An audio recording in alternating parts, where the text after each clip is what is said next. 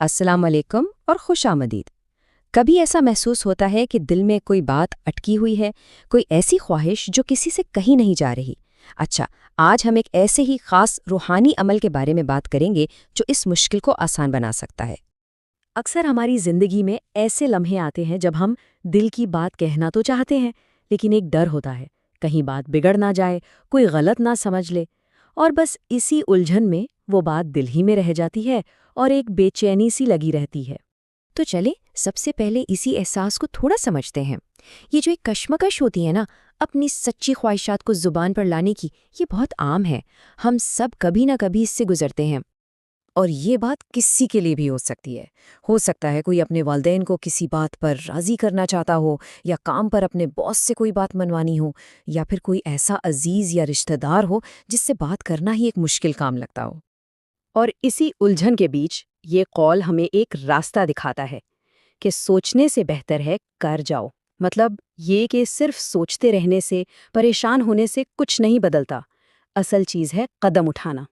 تو اب آتے ہیں اس عمل کی روحانی بنیاد کی طرف کہ اس کی طاقت کہاں سے آتی ہے۔ اس کا تعلق قرآن پاک کے کچھ بہت گہرے اور خاص رازوں سے ہے۔ اس عمل کی جو بنیاد ہے نا، وہ قرآن کے گہرے راز سے جڑی ہے، جسے کہتے ہیں لوح قرآنی۔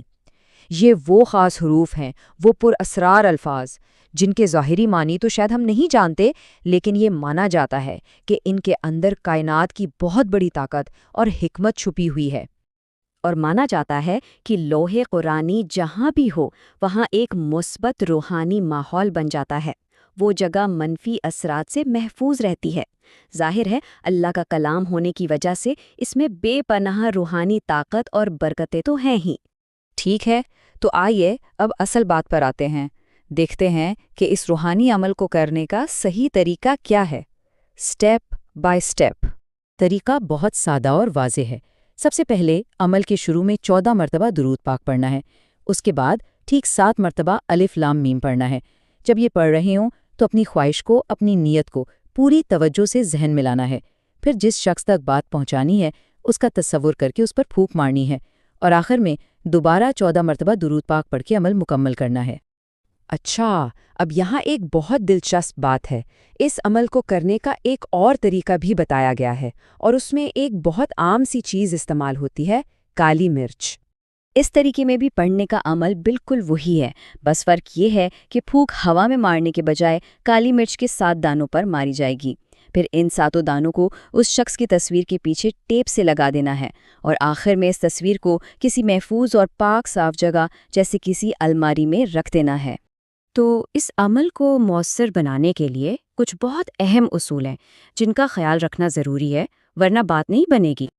سب سے پہلی اور سب سے ضروری بات، اس عمل کو ایک خاص مدت تک کرنا ہے، اور وہ مدت ہے پورے 7 دن۔ جی ہاں، لگاتار 7 دن۔ اور یہ شرط بہت ہی اہم ہے۔ اگر مقصد 7 دن سے پہلے بھی پورا ہو جائے تب بھی اس عمل کو بیچ میں نہیں چھوڑنا ہے، اسے پورے 7 دن تک مکمل کرنا لازمی ہے۔ اور ہاں، جن لوگوں نے کالی مرچ والا طریقہ کیا ہے ان کے لیے آخری ہدایت یہ ہے کہ 7 دن مکمل ہونے کے بعد وہ ان 7 کالی مرچوں کو کسی پاک صاف مٹی والی جگہ پر دفن کر دیں۔ تو یہ تمام اصول اور طریقے دراصل ہمیں ایک بہت گہری بات کی طرف لے جاتے ہیں کہ کسی بھی عمل اور ہمارے ذاتی یقین کے درمیان کتنا مضبوط رشتہ ہوتا ہے۔ تو آخر میں ایک سوال سب کے لیے چھوڑے جاتے ہیں کہ کسی بھی کام کی کامیابی میں ہماری نیت اور ہمارے ایمان کا کتنا گہرا کردار ہوتا ہے۔ یہ دونوں چیزیں مل کر کیسے ناممکن کو بھی ممکن بنا دیتی ہیں، اس پر ضرور سوچیے گا۔ ہمارے ساتھ رہنے کا بہت شکریہ۔